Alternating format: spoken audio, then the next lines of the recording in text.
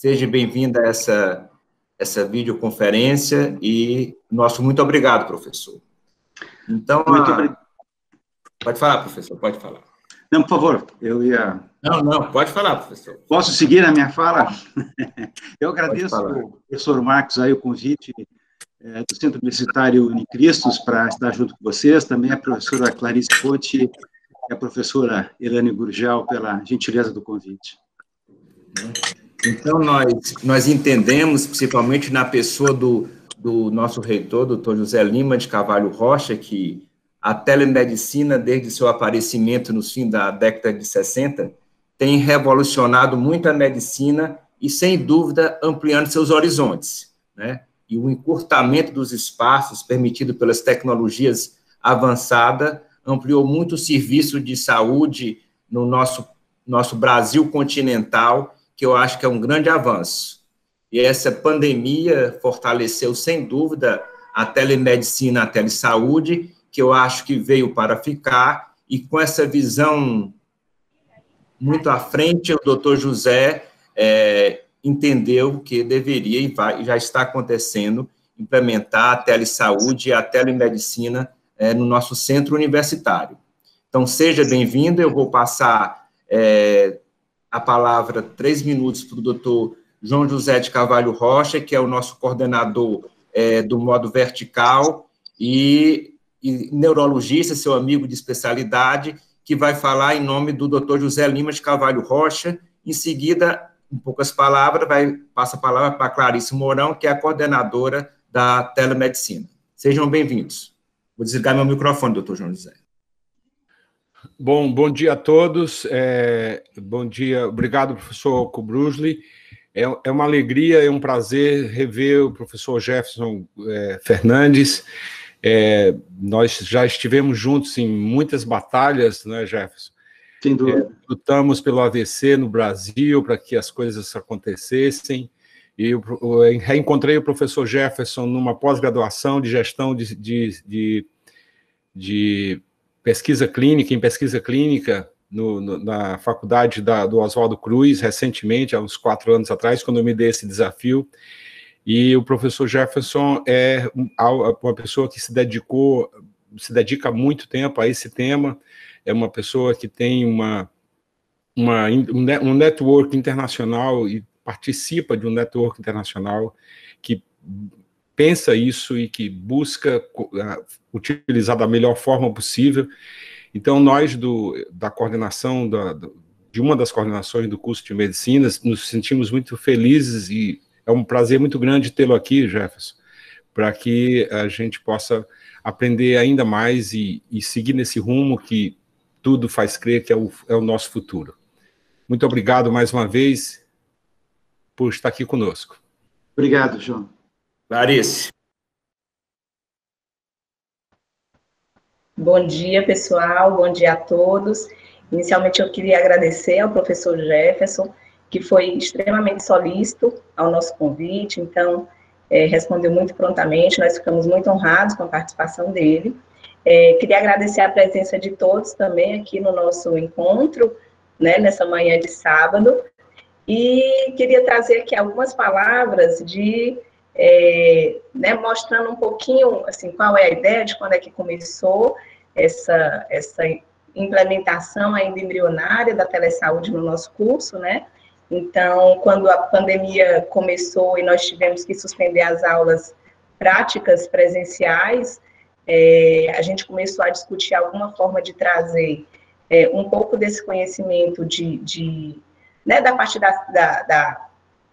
das aulas práticas mesmo, de forma remota, e começamos a estudar como implementar um pouco desse novo, né, forma de abordar esse acesso à saúde. Então, desde maio, acredito que nós vimos, assim, a gente vem elaborando esse plano de implementação, e nesse semestre agora, começamos com uma equipe de endocrinologistas a implementar um módulo de linha de cuidado em diabetes, através da assistência, né, da teleassistência. A ideia é que a gente implemente isso de forma multidisciplinar, então, trazer, além, né, da medicina, conversar com a nutrição, para a gente dar uma maior assistência e facilitar esse acesso multidisciplinar, envolvendo todas as equipes, né, todas as áreas de graduação, tentando sempre melhorar esse acesso para o paciente, né, e aproveitando e trazendo esses ensinamentos práticos para os alunos da graduação, fazendo esse envolvimento. Portanto, é um prazer, eu acho que a gente poderia iniciar nossa aula. Eu vou apresentar o professor Jefferson, aqui com um resumo aqui do currículo dele, né? Então, o professor Jefferson, ele é neurologista, ele é vice-presidente da Associação Brasileira de Telemedicina e Telesaúde, é coordenador do Programa de Educação em Telemedicina da Associação Paulista de Medicina, professor e coordenador acadêmico do MBA de Gestão e Inovação em Medicina, da IBCMed em São Paulo, membro da American Telemedicine Association, da Associação Americana de Telemedicina, da International Society for Telemedicine and Health e da Academia Brasileira de Neurologia. O professor Jefferson também tem um longo tempo de experiência na docência, na PUC do Rio Grande do Sul, e hoje vai nos presentear aqui com essa apresentação. Eu passo a palavra para ele. O tempo da sua apresentação, professor, é livre, fica aí aproximadamente, né, uns 40 minutos, e ao final a gente vai, então, ter um momento de discussões. Quem tiver algum comentário, alguma pergunta, pode enviar aqui pelo chat. Então, obrigada, professor, podemos começar. Muito obrigado, Clarice, pelas suas palavras do professor Marcos e do colega João José, né, João, muitos desafios que a gente teve durante esses anos todos, né, em prol do AVC, pioneirismos que trazem desafios maiores, e você aí no Ceará, em Fortaleza, é um grande representante e empreendedor, né, de trazer o melhor cuidado, melhor atenção, não só ao paciente com AVC, mas dentro da neurologia. Então, é um prazer muito grande estar aqui com vocês. Eu vou procurar na apresentação trazer alguns pontos que me parecem importantes. Telemedicina, telesaúde, ou saúde digital é um tema amplo. Na realidade, ele é tão amplo quanto a própria medicina, quanto a própria saúde, né? Porque a gente vai ver, esses são métodos que nos ajudam a cuidar das pessoas, são métodos que permitem que a gente amplie uma série das ações que a gente faz presencialmente. Mas eu gostaria de iniciar aqui só fazendo um contexto, né? Na realidade, o contexto dos cenários da saúde, dos sistemas de saúde do Brasil, né? Nós temos aí a saúde pública, através do Sistema Único de Saúde, e a saúde suplementar, que nós sabemos que, em que pese o SUS teve um avanço muito grande nessas últimas décadas, ainda está aquém daquilo que a população brasileira necessita como um todo, né? No que tange integralidade, universalidade, no que tange também a equidade. Então, existem muitos desafios, e esses desafios também existem no sistema de saúde suplementar. Isso lá, anos atrás, foi bem visto lá nos Estados Unidos, até porque a gente tem, dentro do sistema de saúde suplementar, semelhanças com o sistema de saúde americano, que a gente precisa repensar a saúde, né? Ela, segundo o Porter, é a toma zero, ou seja, há uma competição danosa, e que, na realidade, não se buscava o valor para a pessoa, para o paciente, né? Esse livro que foi publicado junto com a Elizabeth Tisberg, que foi a orientanda de doutorado do Porter, e depois traduzido em português, ele teve origem lá no artigo, em 2004, que eu tive o prazer, em uma viagem no Canadá, me deparo com essa revista e leio o artigo dele e fiquei muito fascinado. Então, na realidade, nós precisamos repensar a saúde. Mas, para repensar a saúde, nós temos também que agir, né? Nós temos que fazer coisas que permitam que a gente qualifique mais os nossos sistemas. Isso começa com a formação dos profissionais da saúde, né? O quanto o nosso currículo médico, o currículo das áreas de enfermagem, fisioterapia, terapia ocupacional, nutrição, fonoaudiologia, psicologia, odontologia, eles estão voltados para formar os profissionais que não vão só atender às necessidades, mas também vão ser aqueles profissionais que vão transformar os sistemas de saúde, né? Eu acho que esse é um ponto importante. Às vezes a gente pensar, puxa vida, como médico ou como profissional da saúde, eu não tenho muito o que fazer. Pelo contrário, tem bastante o que fazer. Claro que existem outras áreas, outras esferas políticas, administrativas, que têm que se engajar, legislativas, judiciárias, etc., mas nós temos, como médicos profissionais da saúde, nossa responsabilidade. E, para isso, as instituições de ensino, elas precisam preparar esses profissionais. E aqui eu já parabenizo a Unicristos e a todos vocês por essa iniciativa de trazer para dentro do currículo dos profissionais da saúde o conteúdo, a matéria, a disciplina de telesaúde, de telemedicina. Eu tive a oportunidade de, um ano e pouco atrás, fazer uma imersão na Dell Medical School, que fica em Austin, no Texas. Casualmente, o Dean era um colega da neurologia também, que trabalhava na área de AVC, Clay Johnston, e foi uma experiência fantástica, porque a Dell Medical School, ela criou um novo currículo médico, ela foi inovadora, ela trouxe uma outra forma de formar o profissional da saúde, ela já tem recentemente a sua primeira turma formada, realmente ela está começando a ser um benchmarking dentro dos Estados Unidos e fora dos Estados Unidos. E aqui eu trago a missão da Dell Medical School, né, que é revolucionar como as pessoas ficam e podem conseguir ficar saudáveis através da melhora do modelo, da melhora da saúde na comunidade como modelo para a nação, envolvendo novos modelos de cuidados multidisciplinares, centrados nas pessoas, que recompensam o valor, né, os desfechos que as pessoas e os pacientes têm, acelerar a inovação e a pesquisa para melhorar a saúde, e olha só que interessante, educar líderes que vão transformar o sistema de saúde, o cuidado à saúde, redesenhando o ambiente acadêmico de saúde para melhor servir a sociedade. Eu acho isso muito bacana, isso eles colocaram na prática. Aqui só a imagem do prédio da faculdade, são 4 prédios que compõem o campus da Universidade de Saúde. Esse aqui é o hospital, não é o único hospital que eles atuam, mas esse aqui é um dos hospitais. E olha só que bacana, esse aqui é um currículo dos 4 anos na medicina, né? Na verdade, bom, mas medicina só tem 4 anos, nos Estados Unidos tem aquele modelo do college, né?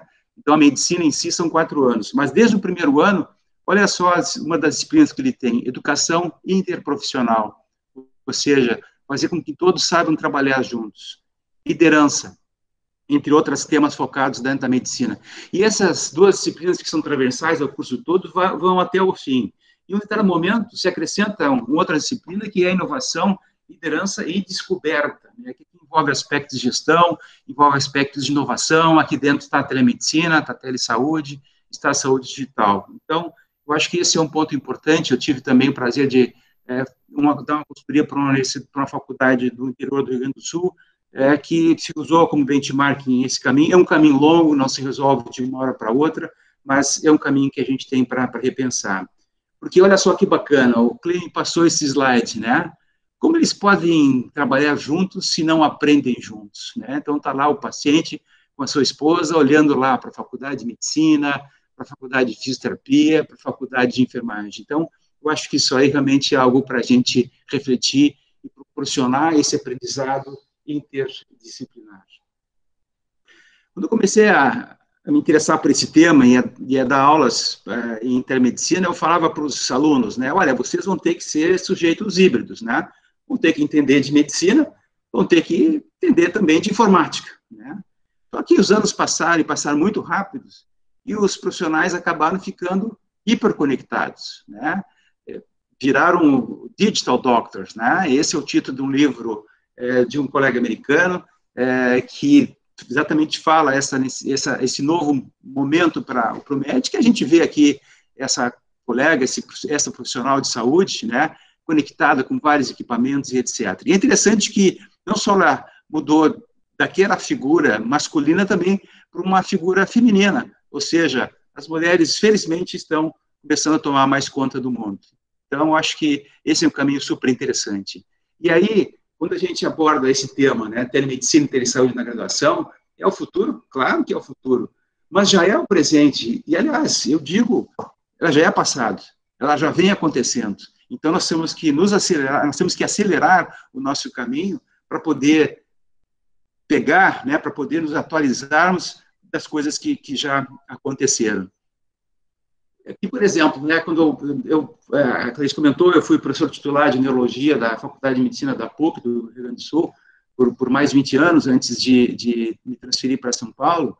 E uma das disciplinas que eu era responsável chamava Aproximação à Prática Médica, e dentro dela, então, eu criei o tema todo, o conteúdo todo de telemedicina e telesaúde. E nós fizemos alguns projetos, né? Esse é um dos projetos que era de telecirurgia para educação médica, né? Então, aqui a gente vê uma figura dos alunos, né? A professora Maria Helena, que era vice-diretora da Faculdade de Medicina na época, a pessoa que entusiasmaticamente apoiou o desenvolvimento desse conteúdo. Nós criamos um projeto em que, na sala de aula, vinha um médico residente, acho que só tem um microfone aberto, né, da Lili, né? Tem que fechar, acho. E com isso, a gente, então, colocava uma câmera no campo cirúrgico, outra no ambiente operatório, o médico residente ou assistente, eles faziam a apresentação do caso, e os alunos de segundo ano acompanhavam a cirurgia, ouvindo o cirurgião. Claro que isso aí podiam fazer uma boa revisão da parte anatômica, da parte fisiopatogênica, e com o tempo a gente acabou incluindo nessas atividades, que eram semanais, alunos da Faculdade de Medicina da Polônia, da Estônia e da Lituânia, e acabou gerando aquela publicação da Informática Médica para uma Europa saudável e unida. Então, esse é um exemplo de como se pode inserir não só o conteúdo, como também a prática, né? Como vocês já estão fazendo aí, como a professora Clarice e Elaine estão fazendo com os alunos. Então, eu reforço aqui que nesse canto esquerdo, aqui em cima, né, a importância do ensino desses conteúdos, que o ideal é que eles sejam transversais, e vão ser, né, na medida em que nas diversas áreas existem aplicações da medicina, em todas as especialidades médicas, em todas as áreas de atuação, se pode ter algum conteúdo, alguma forma de praticar a telemedicina e a telesaúde, né, e para os residentes, para os professores, e aqui, claro, um ponto importante que eu quero chamar, que é fazer isso de forma humanizada, né? A gente usa muito esse termo, high-tech, high-touch, né? Ou seja, cuidar com a humanização, e talvez a gente possa dizer, né, high-digital tech, high-touch. Eu vou voltar a esse tema da humanização um pouco mais adiante. Só para a gente alinhar algumas definições, eu gosto muito dessa definição aqui, que na realidade foi um pouco de composição que eu fiz com várias definições, que a telemedicina é a prática de medicina, não é diferente da medicina, só que ela é feita entre lugares distintos através do uso responsável das tecnologias de informação e comunicação. E essa palavra responsável, nós vamos ver em alguns slides o que eu entendo por ela. E a telesaúde, que é um termo mais amplo, é a prestação de serviços de saúde entre locais distintos por todos os profissionais da saúde. Aqui entra a telemedicina também, né, entre os médicos, mediadas por TICs, mas ela se amplia para além da assistência, envolvendo a educação, envolvendo a pesquisa, envolvendo a gestão em saúde. E nós temos um outro termo, que é o saúde digital. Eu não vou usar uma definição longa, eu gosto dessa definição, que é bem curta. É o uso das tecnologias digitais para os cuidados da saúde, né? Então, nós temos aí um termo amplo, que envolve aí soluções, aplicativos, de interação com pacientes, de interação com médicos, de interação com os profissionais da saúde. Depois temos a telesaúde, e dentro da telesaúde nós temos a telemedicina, que aqui no Brasil a gente entende como a prática da medicina através de tecnologia de informação feita por médicos. Bom, quais são as modalidades que mais comumente se utiliza, né? A teleconsulta, o atendimento médico ou do profissional da saúde direto com o paciente, e que a pandemia trouxe essa possibilidade, né? Até fevereiro desse ano, por exemplo, o médico não era permitido atender o paciente através de plataformas de telemedicina, não era permitido fazer diagnóstico. Talvez um dos países mais atrasados dessa modalidade sejamos nós, né? Ou éramos nós. Com a pandemia isso mudou, felizmente. Até a interconsulta, que é a interação entre médicos ou profissionais da saúde. O telediagnóstico, que é a transmissão e o registro de exames complementares do paciente para serem interpretados por especialistas, né? E geralmente isso é feito de forma assíncrona, ou seja, o exame é enviado, o especialista faz o laudo e depois encaminha. Já a teleconsulta e a teleinterconsulta, elas tendem a ser sincrônicas, né? A maioria delas são sincrônicas. E o telemonitoramento que é a coleta contínua de parâmetros fisiológicos transmitidos a um provedor, alguém que presta serviços, para fim de diagnóstico e de indicações terapêuticas, quando for o caso. Certo? Bom, e aí nós temos novas terminologias surgindo. Ao invés de chamar telemedicina, telesaúde, nos Estados Unidos, por exemplo, já se fala mais em cuidados virtuais ou cuidados conectados, né? Porque se amplia aí toda a gama de possibilidades envolvendo outras características que não só essas modalidades que nós comentamos aqui agora. E existem evidências científicas do mundo real dos benefícios da telemedicina e da telesaúde. Então, o que eu vou listar aqui é baseado nessas evidências.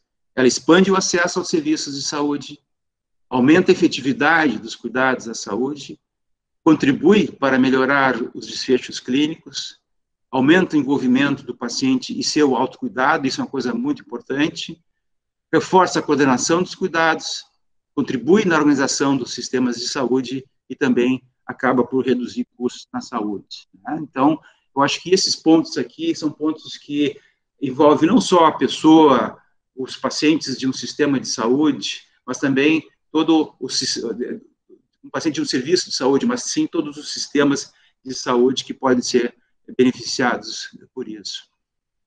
E o que eu, então, quero dizer com telemedicina e telesaúde responsável? É aquela que é feita com ética, da mesma forma como praticamos no atendimento presencial, que ela é feita com segurança, com privacidade, que tenha confidencialidade, tudo isso para proteção ao paciente, e que possa ser feita com qualidade, buscando os melhores resultados possíveis. Então, é importante que a gente pratique a telesaúde com a visão clara dessa responsabilidade que nós temos. E as aplicações são múltiplas, né?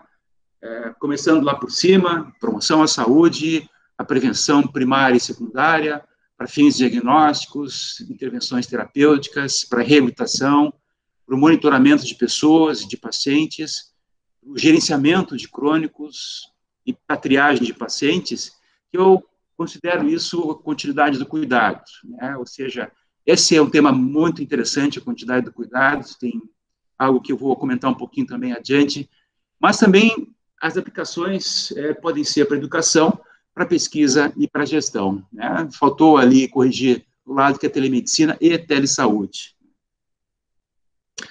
Agora, isso é uma coisa interessante, né? A adoção de novas tecnologias e relação médico-paciente. Toda vez que surge algo novo, né, a gente fica um pouco de receio, da mudança, né? E esse receio ele tem a ver também com o nosso conhecimento ou desconhecimento desse algo novo, né?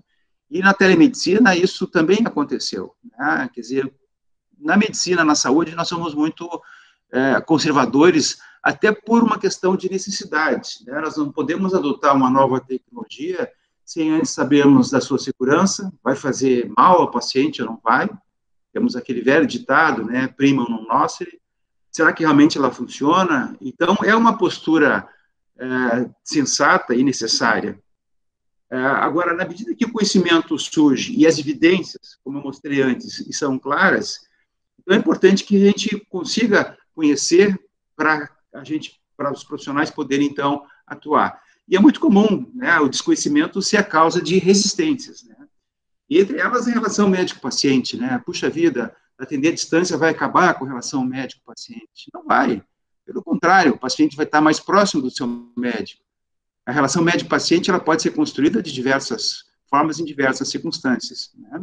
Então, é importante que a gente tenha até o conhecimento da história, né? Nessa figura, nessa pintura aqui que vocês estão vendo, espero que vocês estejam vendo ela totalmente aqui. Aqui está um médico francês, o René Lelec, que lá no início do século XIX estava mostrando ali como é que se auscultava pacientes, né? Naquela época não existia estetoscópio, então a propedêutica adequada era encostar a orelha no tórax do paciente para fazer a ausculta pulmonar ou até a ausculta cardíaca. Vocês imaginam que isso traria alguns constrangimentos quando se trata, ou limitações, né, quando se tratava de pacientes do sexo feminino. Mas aí o Lelec resolveu inventar o estetoscópio. E aquele tubinho que ele tem, aquele canudo que ele tem na mão esquerda, é o primeiro estetoscópio. que é esse aqui, né, o estetoscópio de Laennec. E o que aconteceu naquela época? Houve uma resistência por vários médicos. Não, esse tubo aqui não vai ser melhor que o nosso ouvido, que a nossa orelha. Esse tubo vai desafastar do paciente. Hoje em dia, né, a gente fazer propedêutica, exame físico, como se fazia, ter risco de processo por assédio, né? Então, na realidade, a gente sabe que as coisas evoluíram de uma maneira muito rápida nesses últimos anos, na medida em que as tecnologias foram desenvolvidas, né? Mas a gente tem que entender que a ignorância, no sentido de falta de conhecimento, ela muitas vezes atrapalha a incorporação, a adesão a métodos e tecnologias que são benéficas às pessoas e aos pacientes. E a ficção, muitas vezes, precede a realidade, né? Vocês olham lá, essa revista aqui, Radio News, de abril de 1924, né? Praticamente um século atrás, o rádio era a invenção fantástica, né? Todo mundo muito maravilhado com o que as ondas de rádio podiam fazer. E aí tem o exemplo de um protótipo, né? De uma telemedicina, né? Está lá o médico, o pediatra, né? Examinando a garganta do menino, o irmão lá atrás, né? Dizendo como é que ele tinha que fazer para mostrar bem a garganta, né? Tem outras coisas mais interessantes, eu acho que talvez a maioria de vocês não é dessa época, né? Talvez para alguns de nós sim, mas os Jetsons, né, já representavam, do ponto de vista de animação, né, essa figura do otorrino, ou do pediatra, examinando ali a garganta da criança à distância, né? E lá, em 1956, talvez esse seja o primeiro registro assim, mais consistente, né, do início das teleconsultas, né, que foi feito lá pelo Instituto de Psiquiatria da Universidade de Nebraska, né, com consultas de grupo, de psiquiatria de grupo, né? Aí a gente vê aqui à esquerda, né, a enfermeira, né, sempre as enfermeiras com a capacidade de serem polivalentes, né, manejando uma câmara de TV, porque naquela época a forma de se comunicar era através de canal de TV. Caríssimo. Por isso que o desenvolvimento da telemedicina foi muito mais rápido nos últimos 20, 30 anos, com o advento da internet, com o advento das soluções que acabaram barateando, né, tanto a tecnologia. Aqui eu quero chamar a atenção que, às vezes, as pessoas, sem se dar conta, chamam telemedicina de ferramenta. Telemedicina, não é uma ferramenta, é um método de cuidados, né? Ferramentas é o hardware, é o computador, é o smartphone, é o software, né, de comunicação, é a plataforma, né? E com o barateamento dessas ferramentas, isso permitiu também uma disseminação bem maior do uso da telesaúde e da telemedicina. Para hoje, a gente tem aqui equipamentos que não são tão sofisticados do ponto de vista de sua estrutura, né? E vemos aqui, por exemplo, um colega neurologista, né?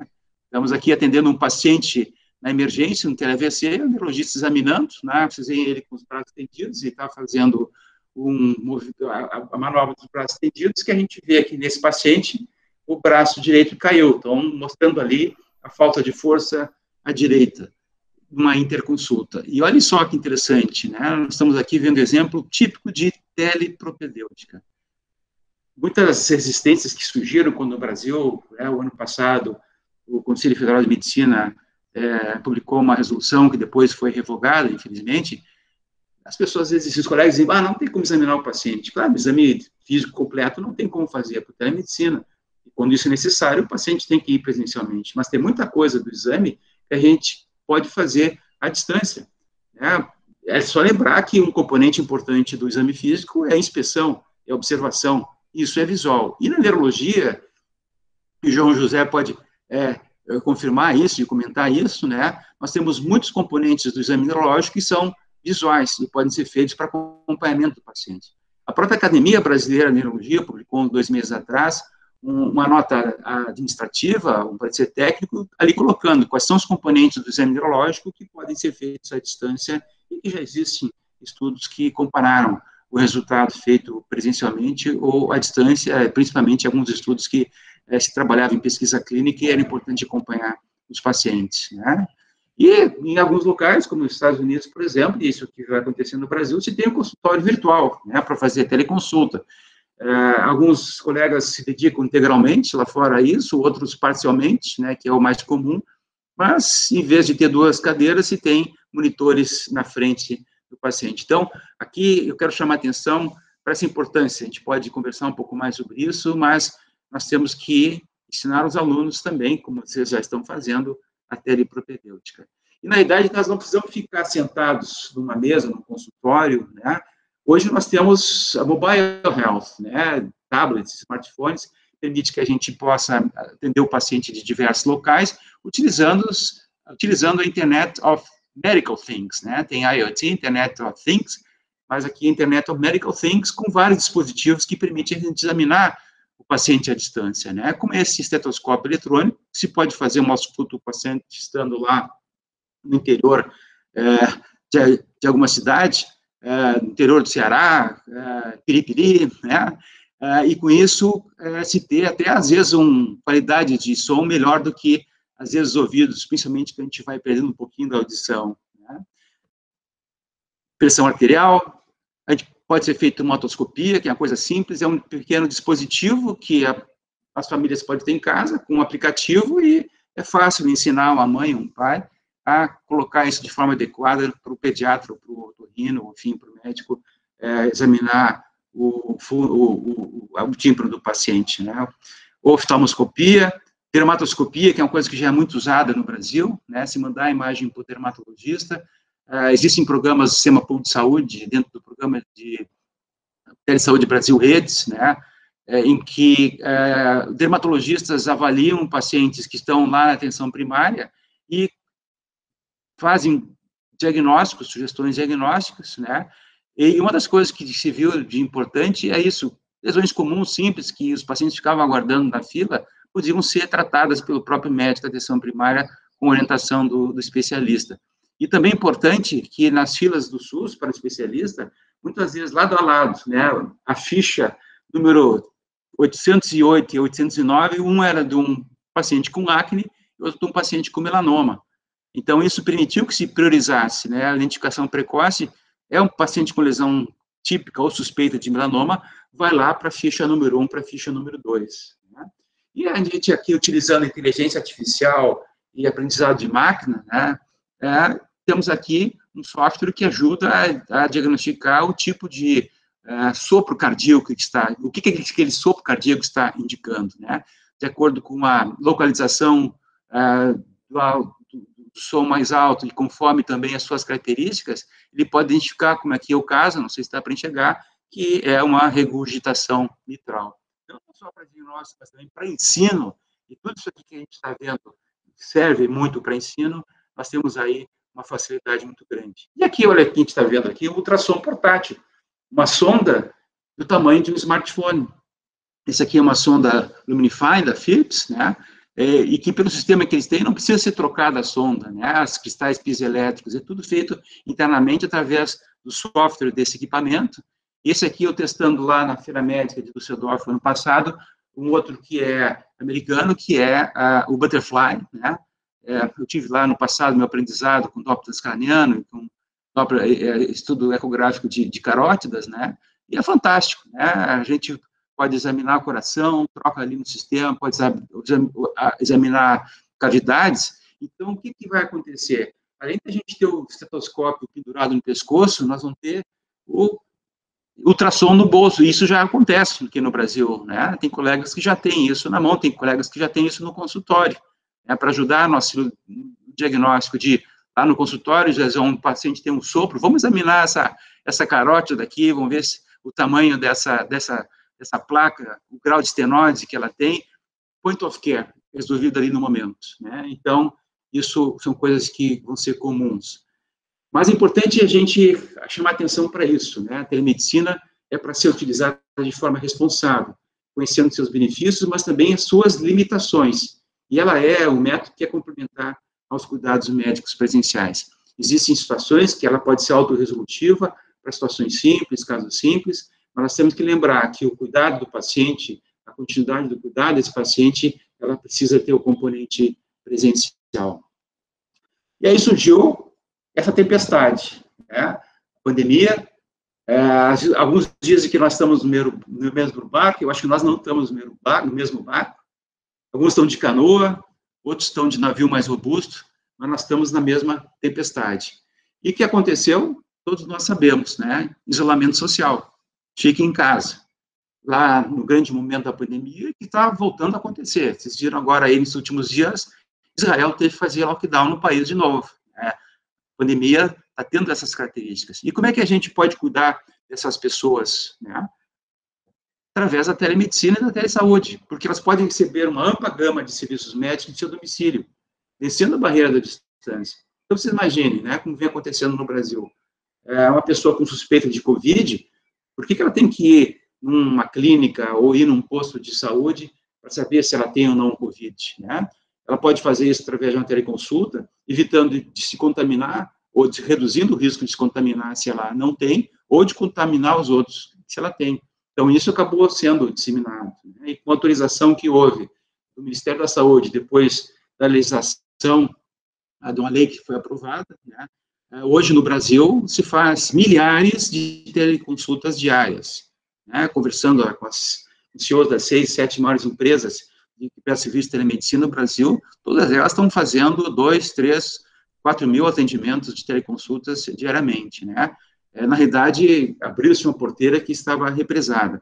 Então, além da questão do diagnóstico, se pode acompanhar pacientes que tenham Covid em casa, aqueles que podem ficar em casa, e também aqueles pacientes com doenças crônicas, porque surgiu esse problema, né? Pacientes hipertensos, diabéticos, ou mesmo paciente com uma situação aguda, como, por exemplo, um AVC isquêmico agudo, um AVC agudo, um infarto, que que evitaram de ir a um atendimento de urgência, por exemplo, com medo da Covid, e acabaram se prejudicando, né? A gente sabe que para o AVC, quanto mais cedo, quanto mais rápido o paciente for atendido e tratado, maior a chance dele sair normal com menos sequela, né? A mesma coisa para o infarto. Então, houve, e há dados estatísticos já no mundo, essa questão. Mas esses pacientes, eles podem ser acompanhados em casa através da telemedicina, e isso vem crescendo no Brasil, né? As empresas que trabalham nesse sentido têm mostrado que o número de consultas, de teleconsultas de pacientes com doenças crônicas vem aumentando de forma significativa. E qual é o melhor lugar para a gente tratar um paciente que não o seu domicílio, né? Nós falamos em serviços centrados no paciente, em cuidados centrados no paciente, e qual é o melhor lugar? Qual é o lugar mais seguro? Na sua casa, como essa senhora que a gente está vendo aqui. Hoje a gente tem telecomida, né? Telefarmácia, teleeletrodoméstico, telecarro, né? Existem revendedoras que levam o carro à porta do paciente para ele fazer, da pessoa, perdão, para ele fazer um test drive, né? E já faz toda a negociação à distância, né?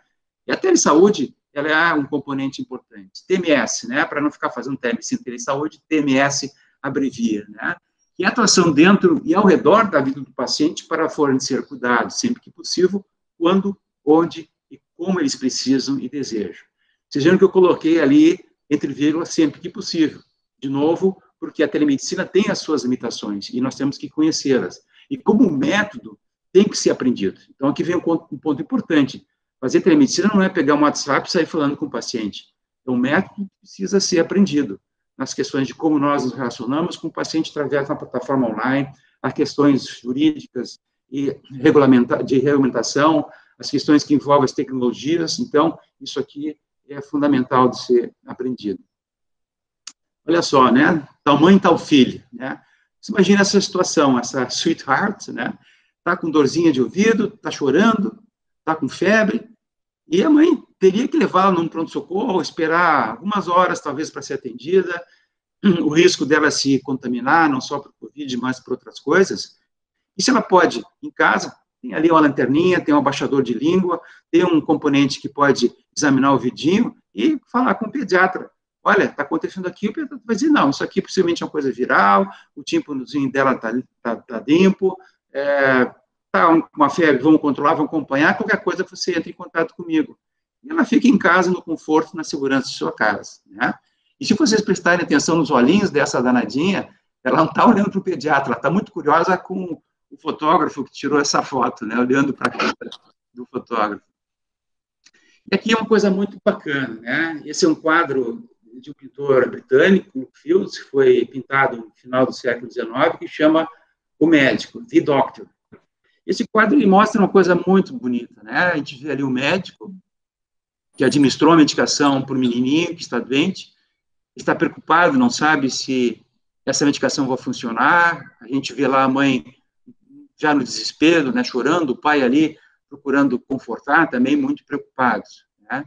E Bernard Shaw, um filósofo britânico, dizia, né, o médico é um sujeito que usa drogas que não conhece, o organismo que conhece menos ainda, né? Claro que é uma ironia que ele gostava de fazer, é um sujeito muito irônico, mas olha a situação que nós vivemos hoje com a Covid. Nós estamos assim, né? Que medicamento eu vou usar? Será que esse medicamento que eu estou usando funciona? Como é que essa Covid aqui, né, ataca o nosso organismo? Como é que essa Covid, que danos que ela causa? Como é que ela causa esses danos? Nós estamos aqui lá no século XIX hoje, né? A Covid nos trouxe esse ponto. Mas o que eu quero chamar a atenção aqui é isso, é o médico dentro da casa. O médico de família dentro da casa trazendo conforto. Que é uma coisa que realmente diminui muito, claro que ainda existe, né? Tem muitos médicos que vão e ficam na casa, acompanham a família, mas vocês imaginem quanto poderia se aumentar essa visita familiar, ela sendo virtual, né? A gente pode voltar a ter essa figura do médico que acompanha, que dá continuidade ao cuidado, porque é muito mais fácil fazê-lo agora de forma virtual. E a gente resgatar esse ponto que é um cuidado humanizado. E aqui eu quero, então, voltar para essa questão da humanização do cuidado. O que eu vou colocar aqui não é só para saúde, isso aqui é para o cuidado presencial. Tem um microfone aberto aí, né? Quem tiver aberto possa fechar. Que é a humanização do cuidado. E eu vou abordar aqui, basicamente, a dimensão interpessoal desse cuidado humanizado, né? A gente tem a dimensão que ela é dos direitos humanos, ou dimensão social, mas aqui eu vou me focar nessa que é a dimensão interpessoal. E é exatamente isso, é perceber o ser humano como único e insubstituível, completo e complexo. E tratá-lo com respeito, com acolhimento, com empatia, com escuta e com atenção, entendendo as suas circunstâncias sociais, as suas circunstâncias éticas, educacionais e psíquicas. E um componente que eu acho extremamente importante é esse aqui, é a empatia. Entender o outro em sua diversidade, valorizar os significados atribuídos pelo indivíduo à sua experiência de adoecimento e sofrimento, prevalecendo a comunicação e o diálogo. Então, esse aqui é um componente que é fundamental dentro da formação dos profissionais de saúde, né? Isso aqui tem que ser transversal, ou seja, em cada disciplina, em cada contato, o professor, o médico-professor, tem que trazer junto essa forma de olhar o cuidado. E a gente sabe muito que existe o currículo informal, né? Que é aquilo que o estudante olha para o seu professor e o tem como modelo. Isso é uma coisa muito comum, né?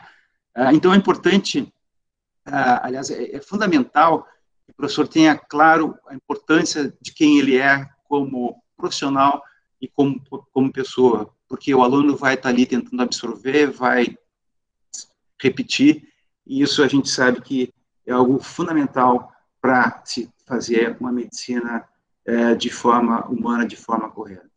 E olhem só essa teleconsulta aqui, né? Vamos olhar um pouquinho essa figura. A gente vê um médico, ele está num ambiente limpo, clean, sem muita coisa atrás, sem distrações para o paciente, ele está muito bem vestido, ele está olhando no paciente, ou seja, a atitude dele é uma atitude que é de atenção, é uma atitude de empatia. Então, é claro que esse processo todo, através de uma tela, precisa ser aprendido, né? Anos atrás, eu sou membro da American Telemed Association, a Clarice disse isso há muitos anos, e num dos eventos, num dos congressos, anos atrás, participei, fiz um workshop prático, que era exatamente isso, como é que a gente se posiciona, qual é a postura nossa, né? E era com profissionais de saúde, mas também com diretores de programas de TV, enfim, que auxiliavam nesses aspectos todos, né? Isso é importante ser aprendido. E lá na Associação Paulista de Medicina, então, eu passei a ser o coordenador do programa de Educação em Telemedicina para Médicos. Nós vamos ampliar esse programa agora para todos os profissionais de saúde, né? A gente está trabalhando na construção de um curso EAD, né? Exatamente para poder capacitar os profissionais da saúde. E indo para o final da minha fala, nós precisamos ensinar os professores, né? Teach the teachers, né? Porque isso é uma coisa nova. Então, tantos os professores têm que poder aprender para poder ensinar os alunos, né? Porque é muito comum na medicina, eu me lembro sempre, quando eu falo isso, de um colega, um cirurgião pediátrico, no hospital que eu trabalhava. Ele era um excelente cirurgião pediátrico, uma pessoa de bom relacionamento, uma pessoa que era uma liderança, e aí a administração disse, olha, você vai ser o diretor do hospital. 8 meses depois ele teve um infarto. Por quê? Ele não estava preparado para ser um administrador de hospital, ele não teve o conhecimento, o treinamento para ser isso, né? E a mesma coisa acontece com os professores, né? De repente o sujeito, pô, esse aqui é um cara bom, esse aí, tu vai ser professor, tu vai ser preceptor. Vamos prepará-lo para isso, né? Então, acho que é importante que as faculdades, as universidades investam na capacitação dos professores. Isso foi uma coisa que a gente discutiu muito nessa faculdade de medicina lá de Passo Fundo, né? A necessidade de a gente poder capacitar os professores para esse novo mundo, né? Tem que capacitar em outras coisas, humanização, etc., mas quando a gente chega aqui na saúde digital, é importante capacitá-lo. E o último slide é esse aqui, é um convite para vocês participarem do Global Summit Telemedicine Digital Health. Esse evento, eu sou o presidente do Conselho Curador, ou seja, toda a programação científica desse evento está sob minha responsabilidade. Nós vamos ter aí 14 palestrantes internacionais, a diretora do Departamento de Inovação em Saúde do Ministério da Saúde de Israel, nós vamos ter o diretor de Inovação em Saúde da Organização Mundial de Saúde, o Bernardo Mariano, a de Israel, a Este Chile, nós vamos ter profissionais da Mayo Clinic, do Canadá, Portugal, Alemanha, e vamos ter quase 100 participantes nacionais, né, no que é hoje o evento mais relevante e maior nessa área de telemedicina e saúde digital. É um evento que vai para a sua segunda edição, nós fizemos a primeira edição no ano passado, foi um tremendo sucesso. Esse ano, então, vai ser totalmente digital, um desafio que a gente vai fazer, e é um bom momento de se aprender não só o que está se fazendo no Brasil, mas também se ter uma visão clara do futuro e o que está acontecendo no resto do mundo.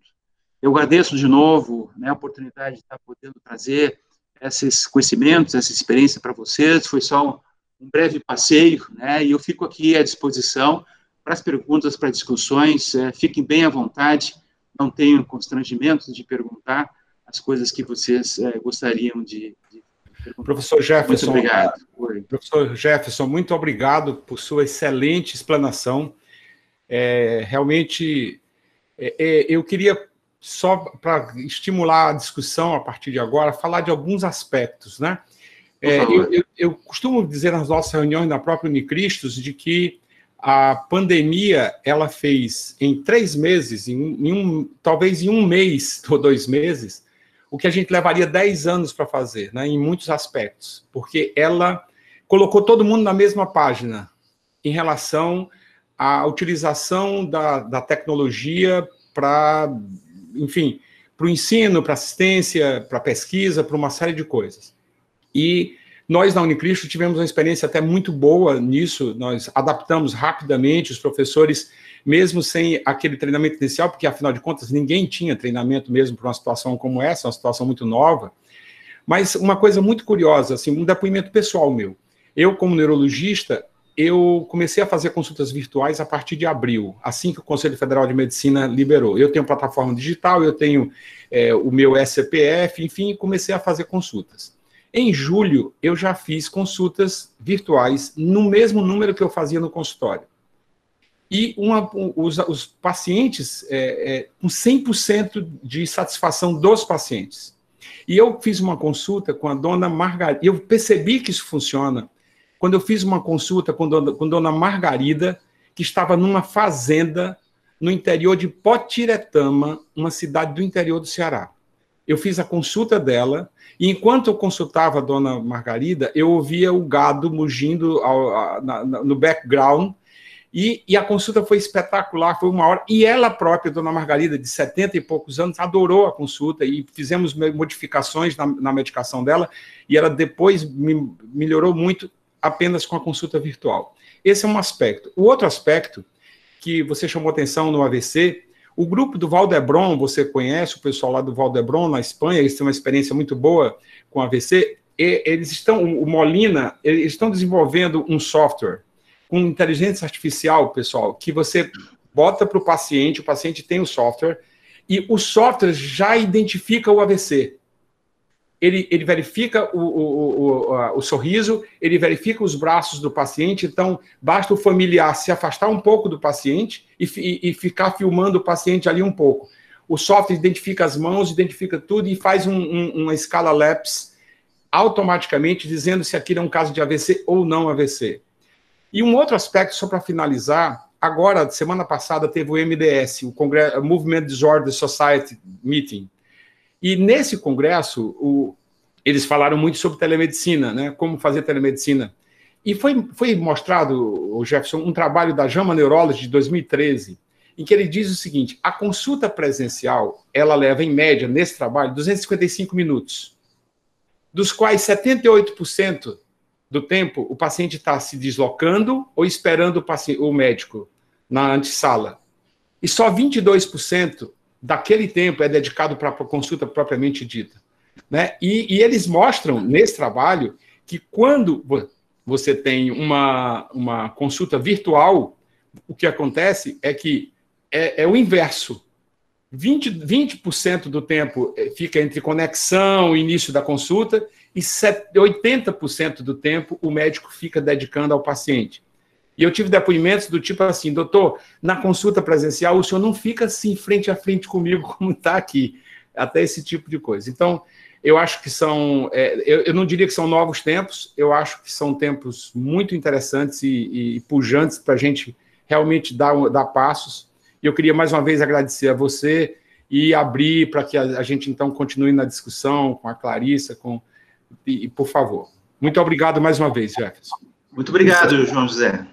Professor, eu gostaria de agradecer a sua objetiva e prática prestação excelente. E eu vou passar a palavra para a Clarissa para coordenar as perguntas da chat e da nossa Clarissa.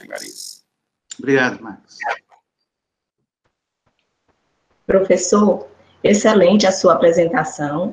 Eu passei brevemente os objetivos da nossa aula de hoje, né? E assim, ele captou com perfeição, ele trouxe realmente muitos aspectos importantes a serem conhecidos, né, e discutidos nesse tema da telesaúde, da telemedicina.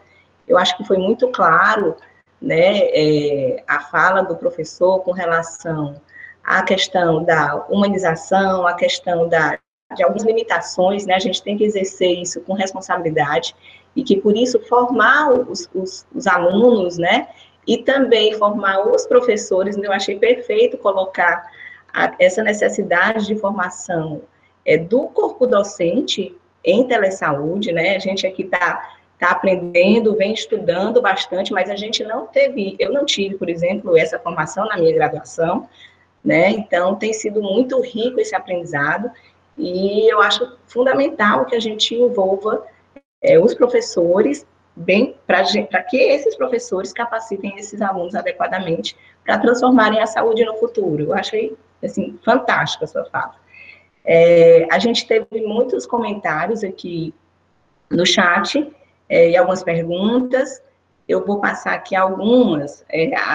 O primeiro comentário foi da Fernanda, que é enfermeira, inclusive, do nosso time da telesaúde, da Unicristos. Ela colocou... Você está fazendo esse tipo de nota, né? Fernanda quer apresentar, Pode se apresentar. Fernanda, você quer fazer o seu comentário? Apresenta para a gente. Bom dia a todos. Peço desculpa por não estar com a câmera ligada, porque eu estou pelo celular aqui. Quero parabenizar o professor Jefferson, dizer que é muito importante ter o senhor aqui conosco, a gente está aprendendo bastante. E nessa situação de que a gente precisa se capacitar, eu quero muito lhe agradecer e parabenizar. Eu tenho certeza que todos aqui estão muito contentes com a sua explanação. Muito obrigada, professor Jefferson. Obrigado. Com relação ao meu comentário, era quando o senhor enfatizou a necessidade da interdisciplinaridade e da importância da gente estar incluindo a equipe multi dentro do currículo, né? Como é importante que a gente se integre para que a gente possa trabalhar juntos e valorizar junto cada profissão, né? Para que para que o nosso intuito seja o maior, a qualidade da assistência ao nosso paciente e a satisfação desse cuidado. Então, muito obrigada por ter explanado essa situação e a importância dessa interdisciplinaridade. Parabéns, professor. Obrigado. Eu aproveito, como eu estou com a fala, eu queria fazer uma pergunta que eu já até coloquei aí no chat, e talvez, não sei como a Clarice vai conduzir, mas como eu já estou falando, eu queria perguntar com relação à situação de se há algum momento em que acontece a presença, né, do profissional. Se esse momento presencial teria, principalmente nas condições crônicas, né, quando a gente pensa em paciente em condição crônica, que tem um acompanhamento rigoroso, a integração da equipe, seria interessante ter algum momento presencial, ou como é que o senhor nos orienta nessa situação? Obrigada, professor, parabéns. Obrigada, Fernanda. Eu acho que a gente tem que considerar muito as situações específicas, né, de como está sendo organizado, coordenado o cuidado desse paciente, em que circunstância ele se encontra, né, se é dentro de uma instituição hospitalar, um hospital de alta complexidade, se é no hospital de transição, né, um hospital de longa permanência, como se fala, se é de uma instituição, se é numa atuação ambulatorial. Então, depende muito das circunstâncias e da própria proposta que é feita pela instituição ou pelo serviço de cuidado ao paciente. Então, se há uma proposta que seja interdisciplinar, ela precisa, no momento, ou é aconselhável que, em algum momento, esse trabalho seja feito de forma presencial também com os demais profissionais, né? Eu fiz minha formação como neurologista na Inglaterra, né? E eu me lembro também, o professor John Marshall, ele não começava uma discussão de casos, né, ou passar visita, ou round, como a gente chama mais no Sul, sem que a enfermeira responsável e as outras profissionais, fisioterapeuta, mas principalmente a enfermeira, tivesse presente, né? Não porque ele tinha que dizer para ela o que fazer, simples, e sim o contrário. Ele queria ouvir a opinião dela sobre o paciente, qual era a visão que ela tinha sobre cada um dos pacientes que estavam ali. Então, como ela representava a visão das demais, ela é a pessoa-chave. Então, eu acho que presencialmente é o modelo que a gente precisa ter, precisa desenvolver, né? Como naquela charge ali, naquele cartoon, né, que o paciente pergunta como é que pode trabalhar junto se não aprenderam juntos, né? Então, tem que trabalhar junto. Um dos modelos que o pessoal da Dell Medical School utiliza lá, claro, tem alguns componentes teóricos que são feitos de forma conjunta, mas esse é muito praticado na comunidade, né, nos serviços de comunidade, de atenção primária, principalmente, e que os alunos de enfermagem, de fisioterapia, inclusive paramédicos, né, participam de discussões juntos e participam do cuidado. Então, eu acho que é uma necessidade e é importante que se crie as circunstâncias em que isso deva ser feito.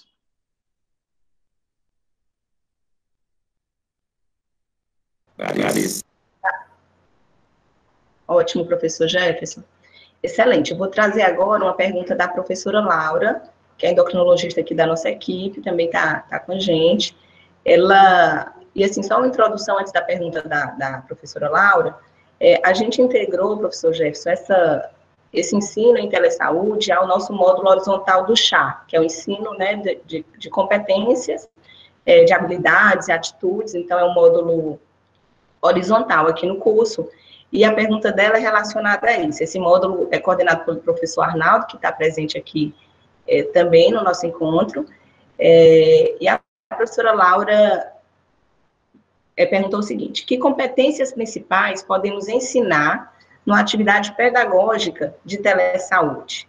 Né? O que é que a gente deve ensinar, assim, em termos de competências, de habilidades, né? Como desenvolver essas competências nesse aluno? Certo. Bom, um pouco disso eu toquei na minha apresentação, né?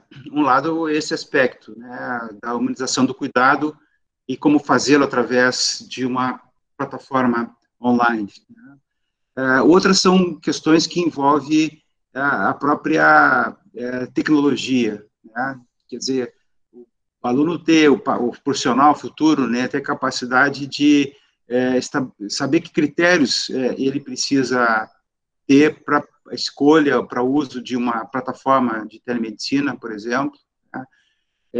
Como que ele pode, na prática, organizar esse atendimento, né? Do ponto de vista daquilo que ele se propõe, ou que o próprio serviço se propõe, né? E do ponto de vista desse trabalho interprofissional, né? Na medida em que o paciente tem diferentes necessidades, né? Diferentes características da sua patologia e que pode precisar desse cuidado multiprofissional e como geralmente precisa. Né?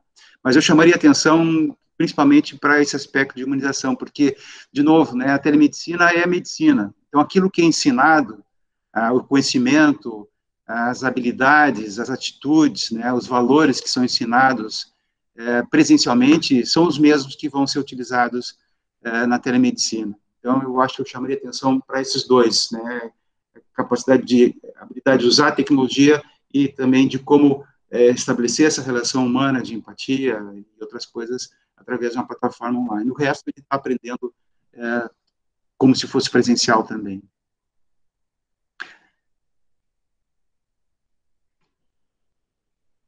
Perfeito, professor. A professora Laura ainda fez outra pergunta. Deixa eu passar aqui a segunda pergunta dela. Na sua jornada de docência na telesaúde, né, quais são as maiores dificuldades na adesão aos demais docentes dos cursos de medicina, né, e como podemos enfrentar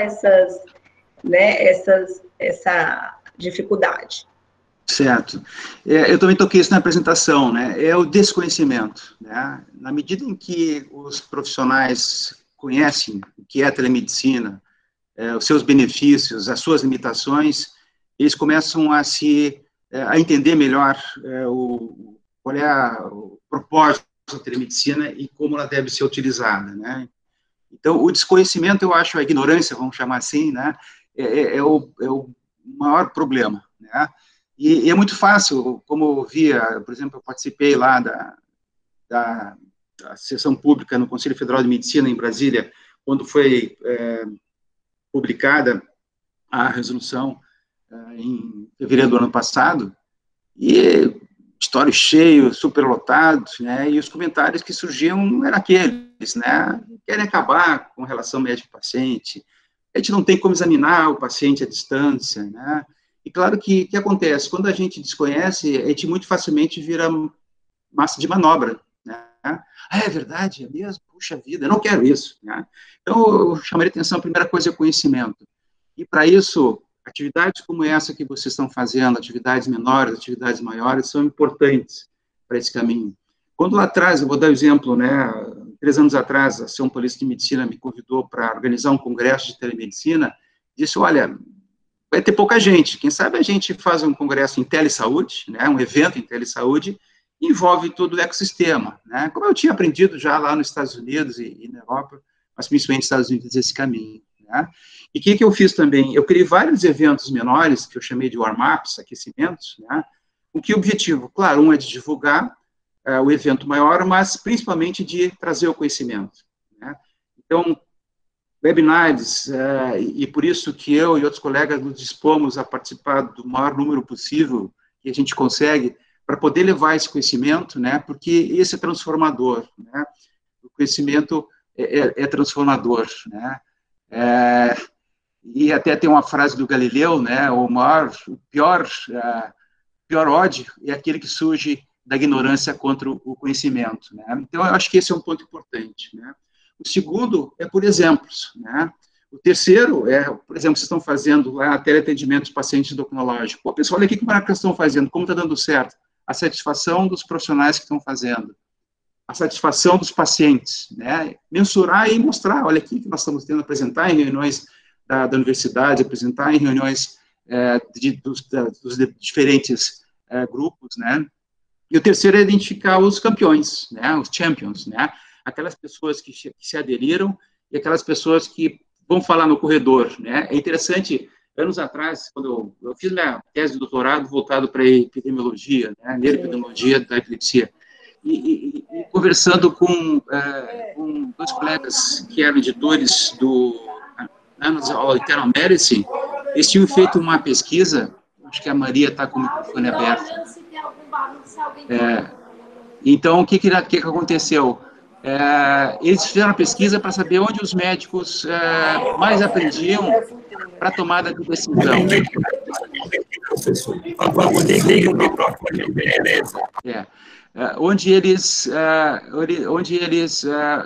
Onde os médicos aprendiam. Assim, o primeiro disparado era a conversa do corredor. Aquele colega que ele entendia, pô, esse cara aqui sabe, ele vai me ajudar, então isso é o ponto. Então, essa conversa de corredor, ela é bastante importante, né? Então, é um processo de construção, é um processo de disseminação, né? E que, oferecendo oportunidades para aqueles que querem, isso é importante. E olha só que bacana, né, para encerrar essa minha resposta e não ficar muito longa, são os alunos de medicina, ou estudantes de saúde, não só de medicina.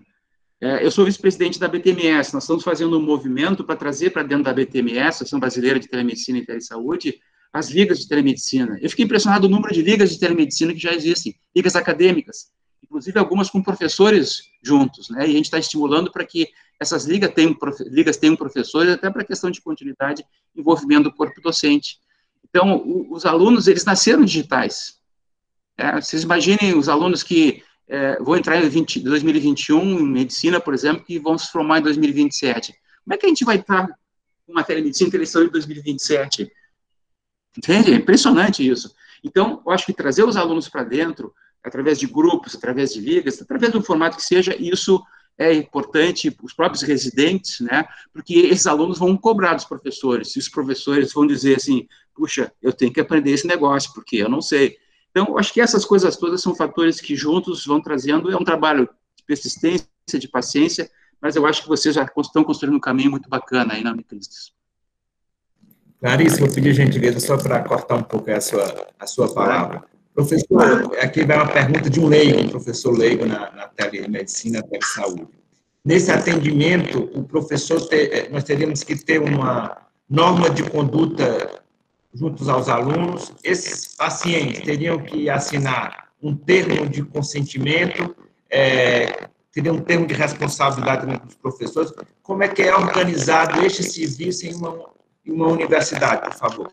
Certo. Quando se trata de teleconsulta, independente de ser universidade ou não, é obrigatório o termo de consentimento livre e esclarecido. Né? Eu digo obrigatório porque, tanto do ponto de vista de direito do consumidor, quanto do ponto de vista de legislação civil, também quanto do ponto de vista do nosso Código de Ética Médica, a gente tem que ter o termo de consentimento. E esse termo de consentimento, ele tem que constar, não em termos, não uma coisa tão longa, né, mas que diga quais são, o que essa teleconsulta vai contemplar, e suas limitações, que, por exemplo, o profissional, ele pode entender que não é o suficiente aquela teleconsulta para o diagnóstico ou para a indicação de terapêutica, que talvez a pessoa tenha que fazer uma consulta presencial, né? Então, essas informações são importantes, e quando se trata de uma instituição de ensino, da mesma forma, né, pedir licença para o paciente ter lá no termo de consentimento que está sendo atendido por um professor na faculdade de medicina, ou um médico que faz parte do corpo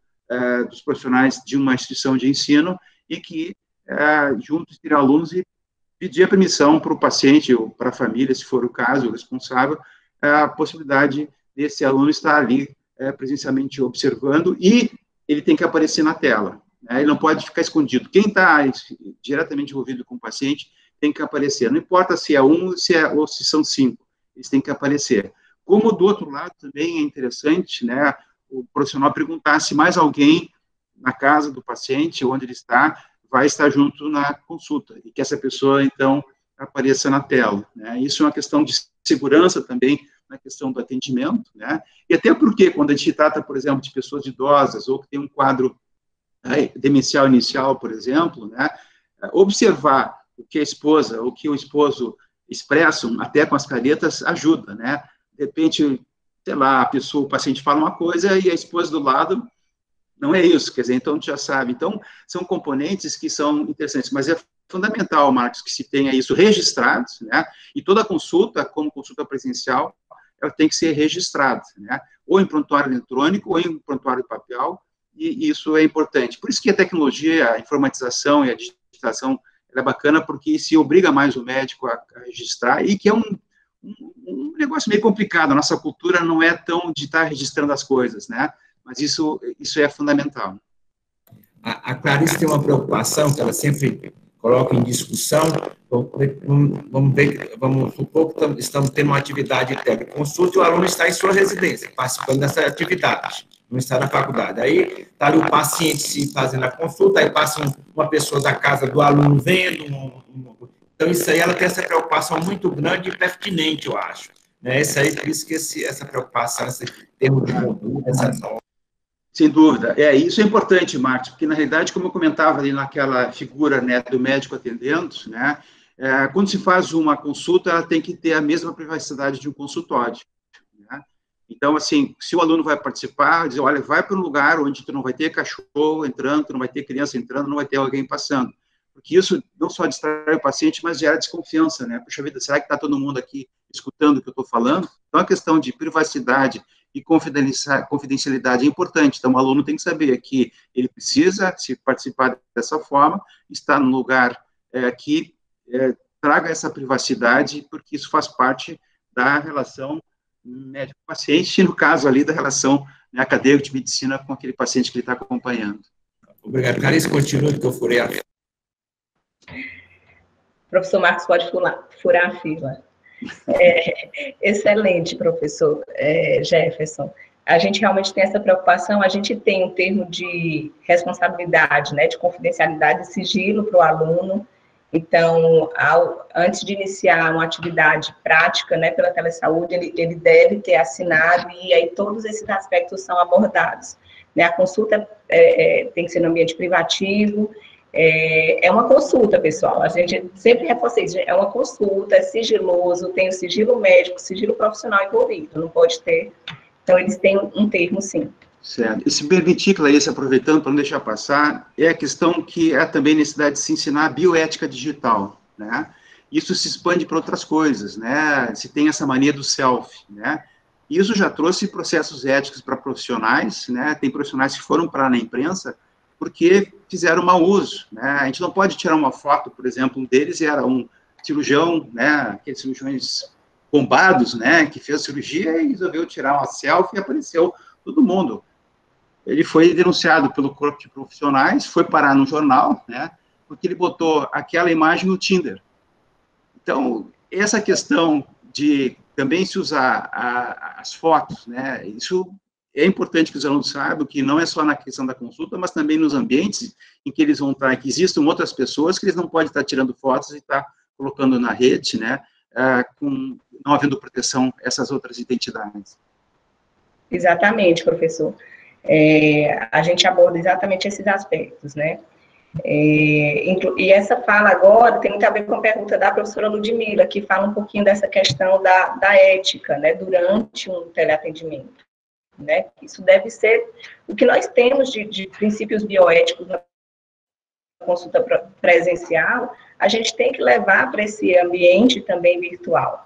E, assim, a gente redigiu um manual de condutas, né, do módulo da telesaúde, da Unicristos, e a gente abordou alguns aspectos da responsabilidade digital, de cidadania digital, incluindo, assim, até por conta da Lei Geral de Proteção de Dados, né? Então, tudo isso tem que ser muito bem avaliado e tem que ser considerado. Então, a gente está passando também esses conceitos e essa importância para os alunos, né? Eu acho que a ideia é de fazer, né, esse processo com responsabilidade, com ética, né, porque envolve o paciente. Então, a gente tem que ter toda essa noção né, desse risco, né, do nosso papel enquanto profissional. Tá? A gente tem mais uma pergunta aqui no chat, vamos continuando aqui as perguntas e comentários, do professor Milton. O professor Milton é professor titular do Departamento de Clínica Médica da UFC, da Federal aqui, né, do nosso estado. Ele colocou que, sem dúvida, a telemedicina é um avanço. Ainda tenho dúvida quando estamos avaliando o paciente pela primeira vez. E gostaria de ouvir o professor Jefferson sobre esse comentário. Certo, Milton, isso é muito importante, né? Porque, de novo, o profissional tem que ter a capacidade de identificar se aquele paciente, naquele momento, naquelas circunstâncias, pode ser atendido por telemedicina, independente de ser primeira ou não. Quando é a primeira consulta, isso se torna muito relevante, né? Porque quando é a continuidade do cuidado, do seguimento, já se conhece o paciente, já se tem mais facilidade em ter a clareza do que pode ou não.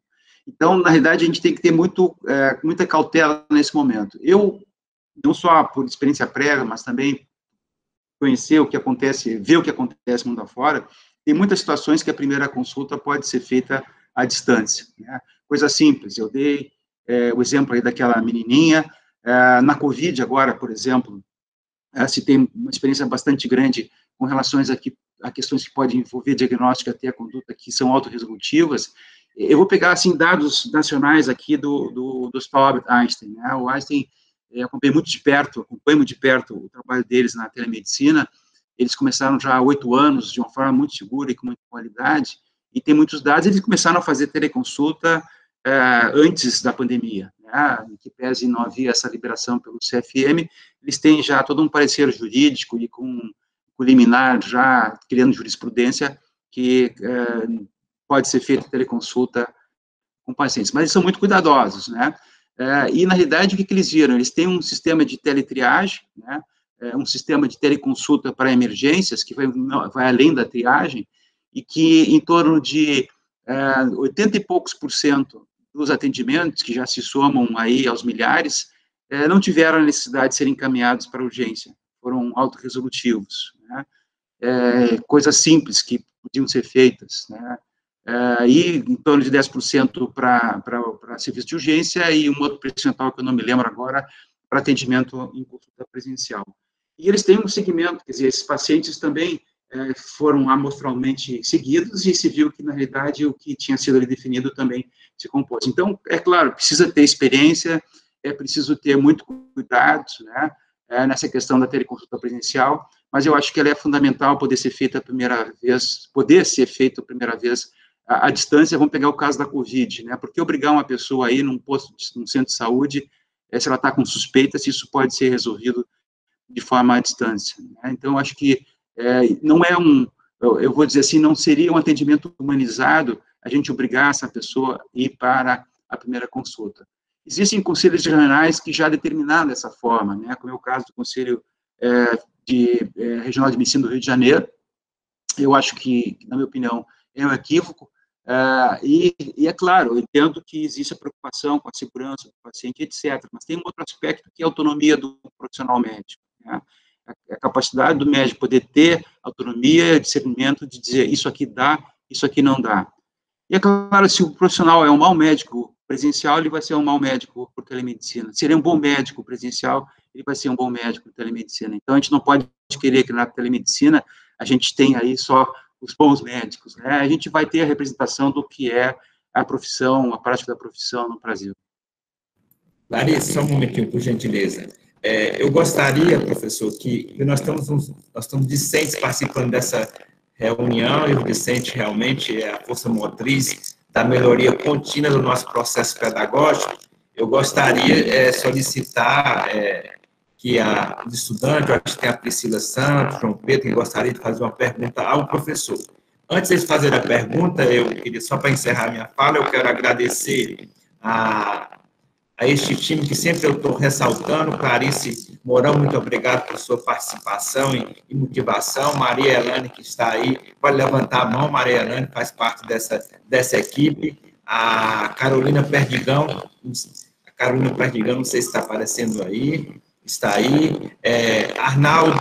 Arnaldo Peixoto é o nosso coordenador do chá, que está acima de todo esse processo. E Raquel Outran, que está abaixo do Arnaldo, faz parte também desse time. Só são as mulheres, o Arnaldo é medições entre as mulheres. E esse time está agregando cada vez mais, inicialmente as endocrinologistas, está aqui Laura Lopes, que está aqui toda concentrada, e Ludmila. Muito obrigado a todos vocês, que vocês estão fazendo a diferença. Eu vou passar a palavra para os estudantes, depois, Clarice, você finaliza a está com a palavra final da nossa conferência. Professor, nosso muito obrigado e até breve, viu, professor?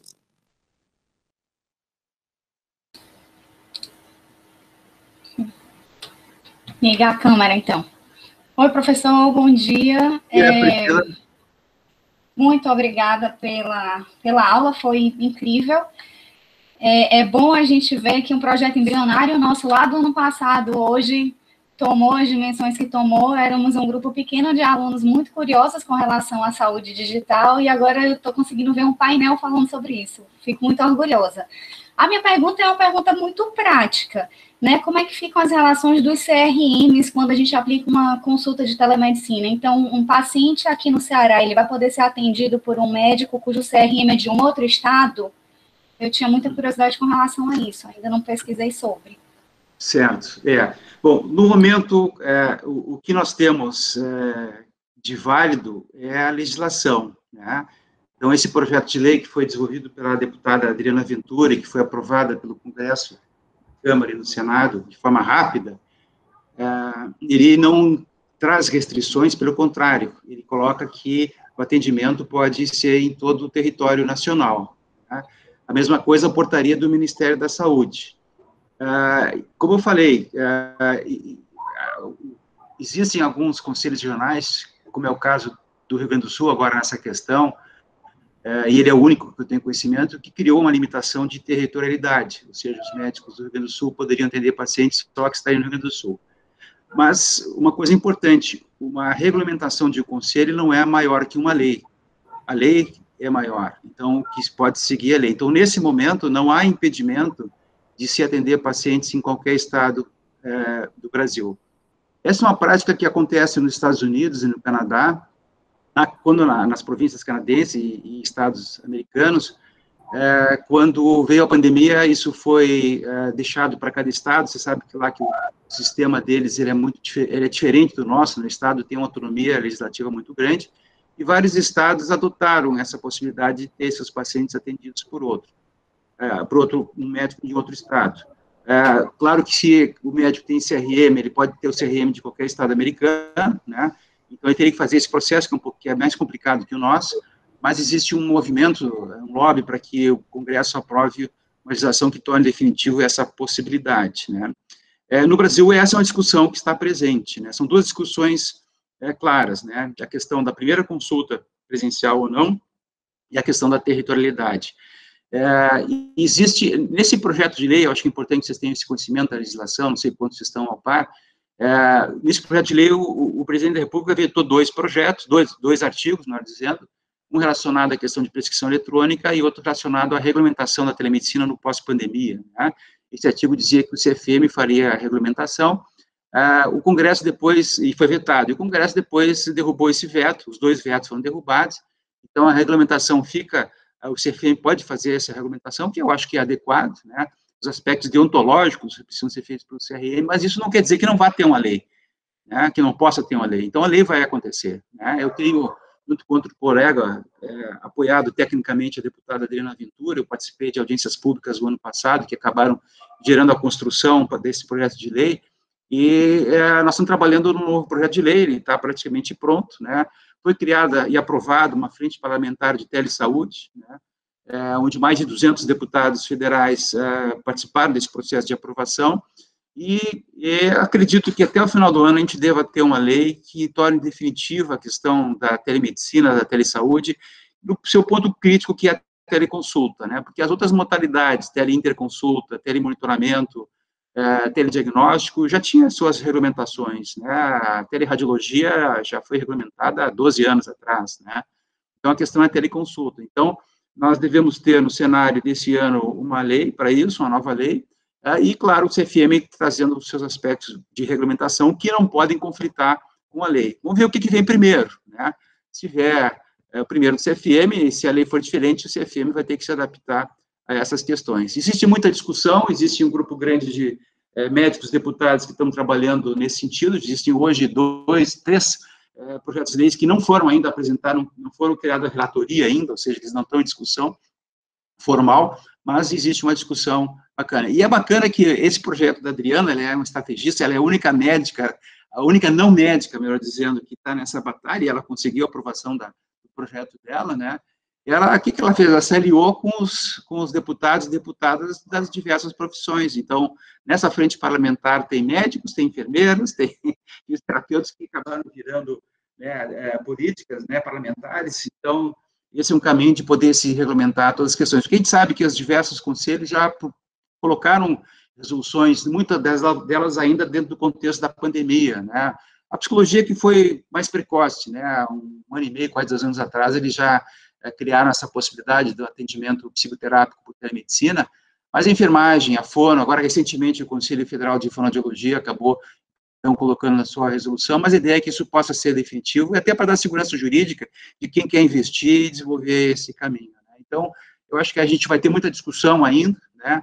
Certamente vão ter movimentos do Conselho Federal e dos conselhos regionais, vai ter disputa, bom, mas eu tenho direito de regulamentar no meu estado, e aí vem questões que vão surgir, mas não tem caminho de volta, né? E baseado na Constituição brasileira, isso já tem jurisprudência, né? Ninguém quer fazer frente, ninguém quer fazer conflito com o CFM, com o CRM, mas o caso está pronto, né? A Constituição brasileira é clara, já existe, como eu falei, uma liminar que foi dada ao Albert Einstein, né? E a argumentação jurídica foi aceita, e vários escritórios de advocacia referendo, e eu faço parte de uma comissão criada na OAB aqui de São Paulo, para se criar um projeto de lei, 1 minuto de um projeto de lei. Nós terminamos já isso, fizemos várias reuniões, inclusive com participação de diferentes profissionais, e etc., um grupo de 12 advogados da OAB, e eu e outro colega fazemos parte do grupo médico dentro dessa comissão.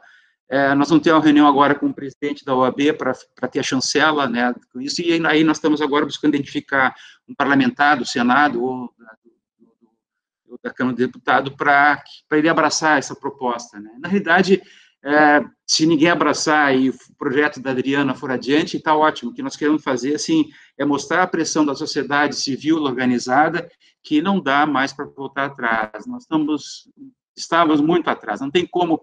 E aí eu trago para vocês uma opinião pessoal, mas que também outros dividem, é a pergunta: se nós temos na medicina e na saúde métodos de cuidado dos pacientes que têm evidências claras de benefício, não oferecer, para mim, é uma questão ética. Então, para mim, nós temos um dilema ético aqui que não pode ser encarado de forma corporativa. Infelizmente, algumas posições do conselho, dos nossos conselhos, têm um viés corporativo. Então, eu acho que a sociedade está se organizando, existem manifestos de diferentes entidades que estão levando para dentro da Câmara esses manifestos em prol de se tornar definitivo esse caminho.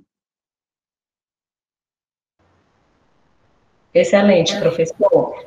Nós estamos nos aproximando do final da nossa apresentação e nós tivemos muitas perguntas no chat, professor, mas eu vou fazer só mais 2 perguntas, porque realmente acho que o interesse tá grande, né? É um tema realmente muito motivador.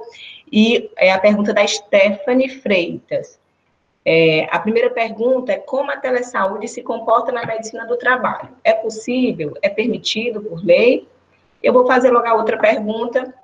E a segunda é: os valores de consulta presencial e por telemedicina são diferentes ou equivalentes? Certo. A questão da medicina do trabalho na perícia médica não está autorizado, né, o exame à distância, né, então já existe aí enfim, definições prévias, né, que na perícia médica tem que ser presencial, né. Com relação à remuneração, esse é um ponto importante, né, porque isso também é um fator de estímulo ou desestímulo, né.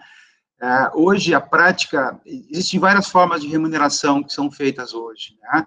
Então, por exemplo, tem profissionais que são contratados para atenderem por telemedicina, então tem seu salário, né, trabalho com produtividade também. Quando se trata da questão de atendimento de teleconsulta e para o paciente, pelas operadoras, pelos planos de saúde, a maioria dos planos de saúde entende que tem que existir paridade, ou seja, o mesmo valor de uma consulta presencial.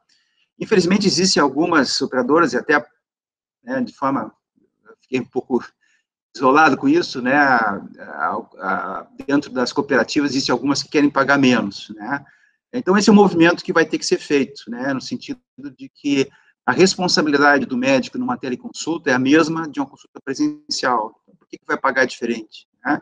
E, claro, tem que existir um controle para evitar o abuso. Né? Então, por exemplo, a Sul América, eu tenho um contato bastante próximo com os projetos que estão desenvolvendo, eles começaram com teleorientação antes da pandemia, né?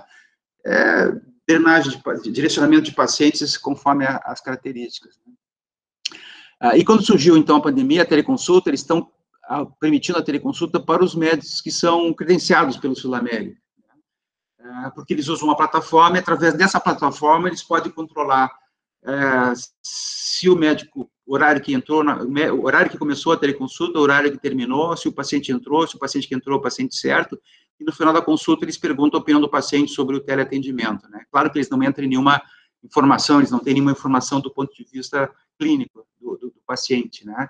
Então, com isso, eles têm um controle. Então, a preocupação, e que isso já acontece nos Estados Unidos, né, é o excesso de teleconsultas e desnecessárias. Então, vai ter que haver um caminho de aprendizado, né, para que se possa fazer a teleconsulta, mas que ela não seja banalizada, ela não seja utilizada em excesso, né? E vem questões que são práticas. Bom, se durou 5 minutos, é teleconsulta, não é?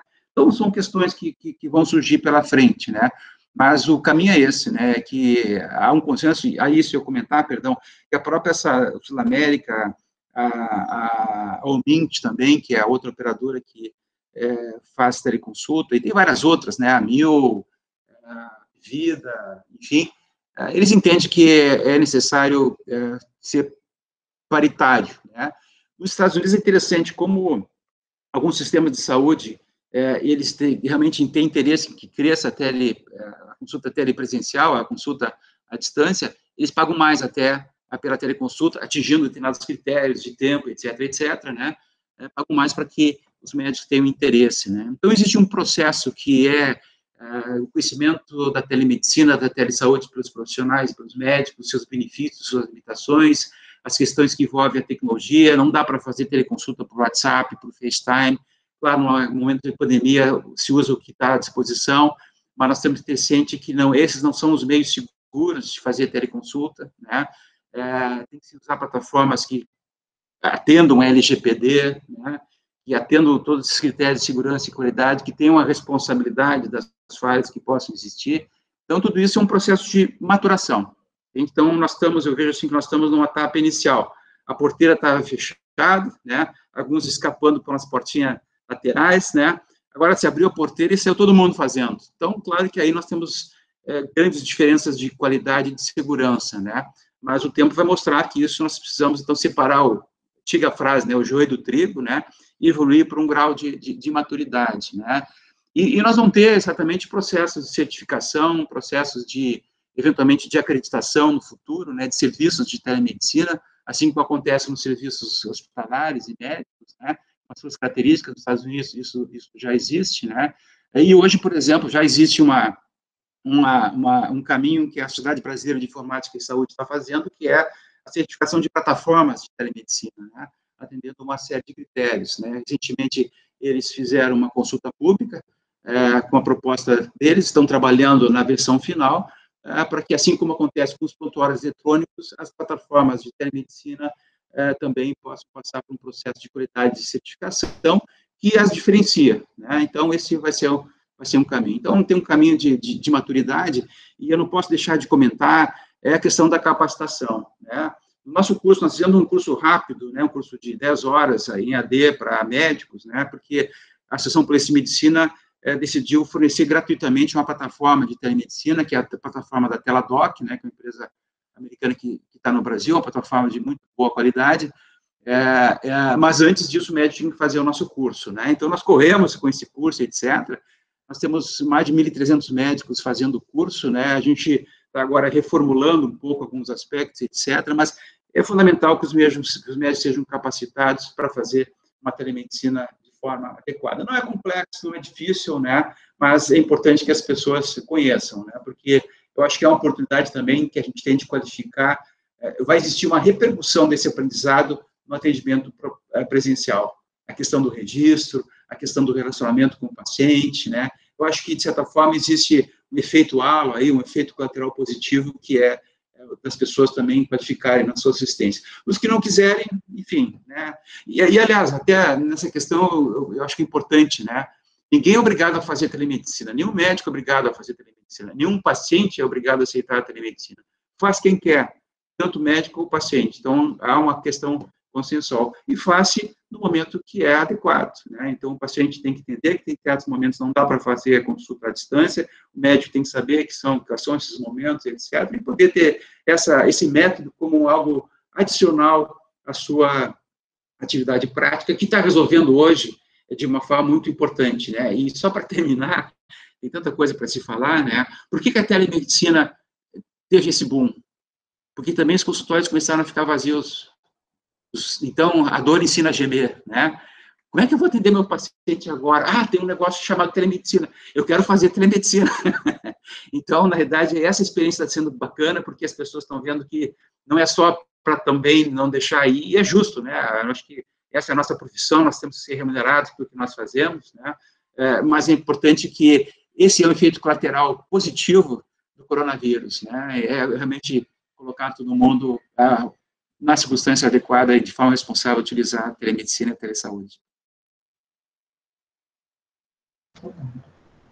Excelente, professor. Excelente, excelente. Muito obrigado mais uma vez. Obrigado, João. Eu acho que a gente poderia encerrar o nosso evento agora.